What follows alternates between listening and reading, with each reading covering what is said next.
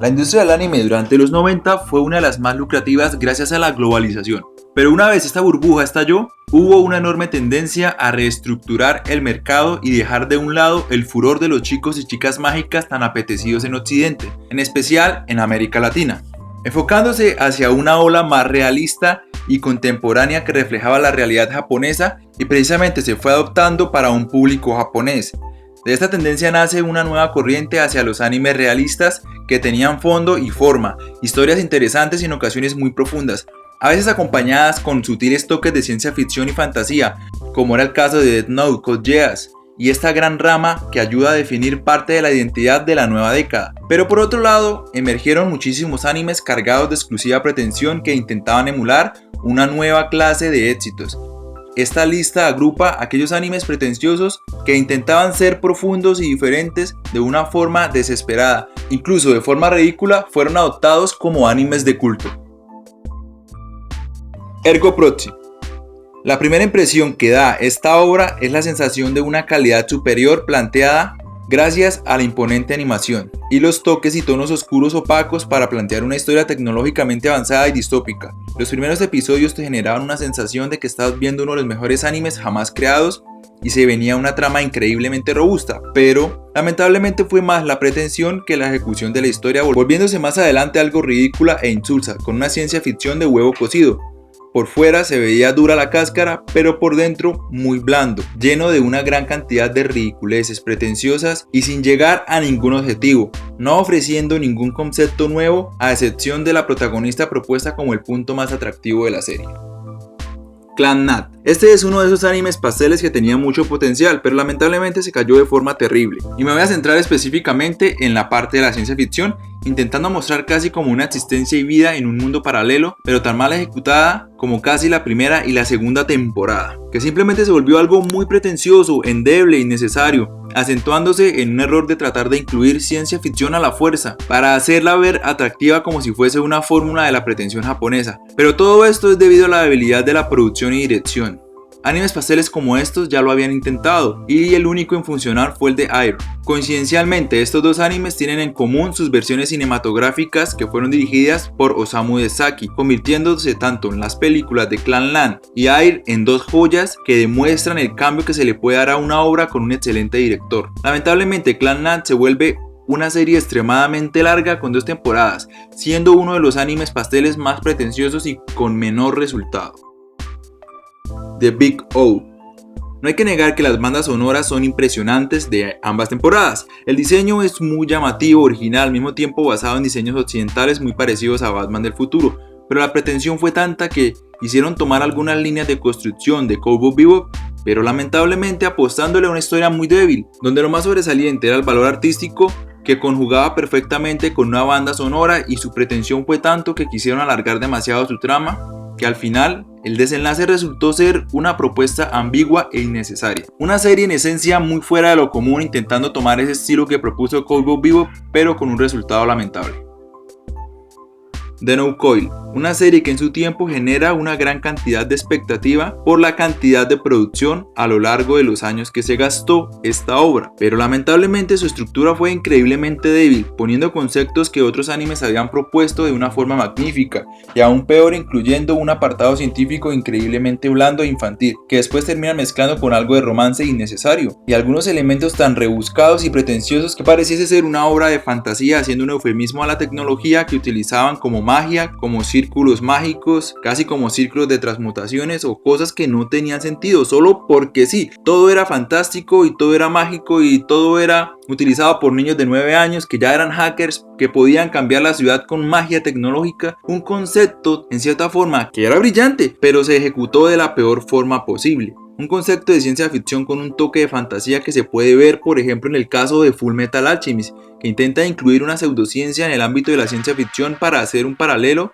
con apartados fantásticos, pero muy bien documentados y estructurados, con conceptos como el intercambio equivalente y muchos otros contextos y conceptos emotivos y personales tan increíblemente sólidos que hacen una serie tan robusta y meticulosa.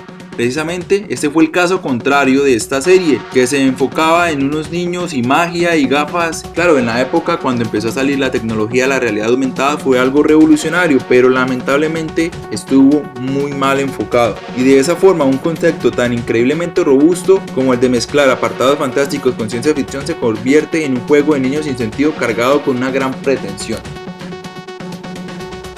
Ivan Redmayne. El misticismo de esta serie y la gran cantidad de incógnitas y el factor ambiguo existencial de vacío le dan un gran sabor inicial a esta maravillosa entrega. Y lo mejor de todo es que era una serie corta, así que no iban a perder el tiempo en hacer rellenos estúpidos como pasaba en The New Coil.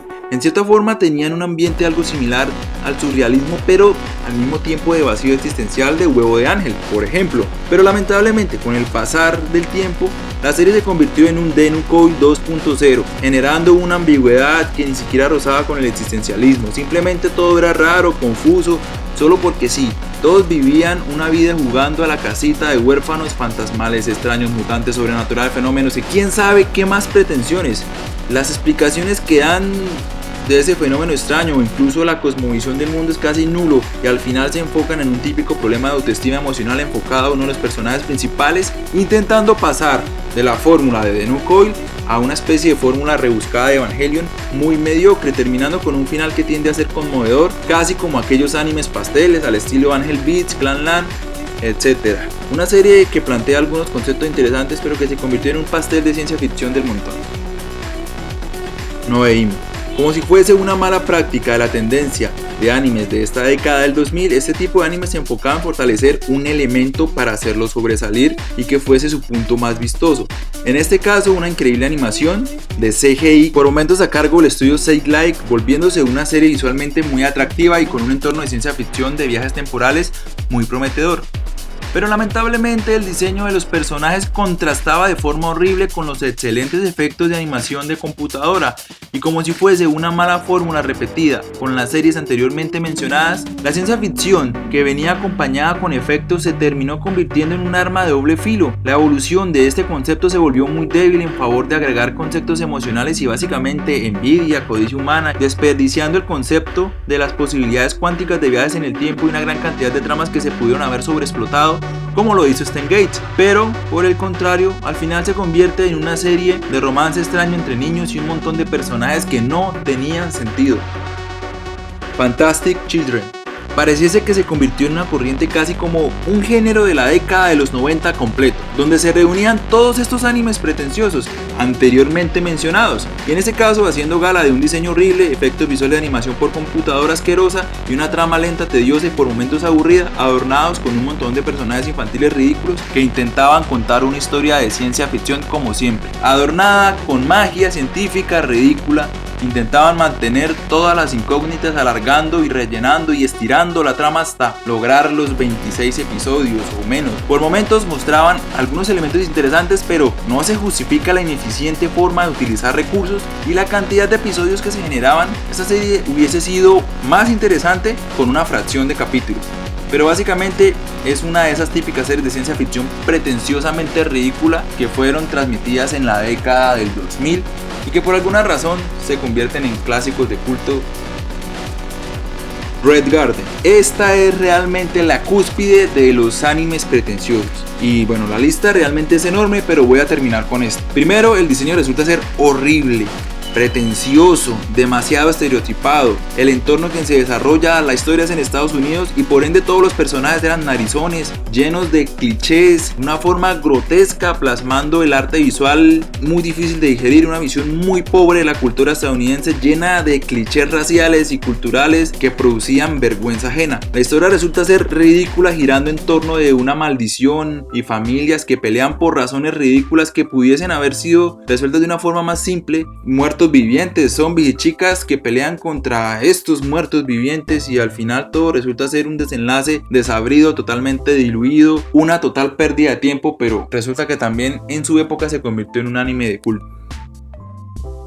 todos estos animes que he mencionado es la cúspide de los animes pretenciosos que en algún momento, parece mentira, pero fueron considerados como animes de culto, como animes diferentes. Una nueva tendencia que abrió la década del 2000 intentando separarse de la eterna fantasía de los chicos y chicas mágicas de los 90, intentando crear ambientes más realistas, enfocado a algún fin, o al menos más cotidianos, donde se enfocaban en la ciencia ficción con toques de fantasía, lamentablemente obteniendo resultados nefastos. Pero gracias a estos animes pretenciosos se depura esta fórmula año tras año, que más adelante ayudaría a evitar que todos estos errores se siguieran produciendo y así terminar con animes de mejor calidad, fortaleciendo la nueva propuesta de la animación japonesa de la primera década del nuevo milenio. En cierta forma, estos animes pretenciosos fueron necesarios, casi como los experimentos fallidos antecesores a los grandes éxitos de esta década.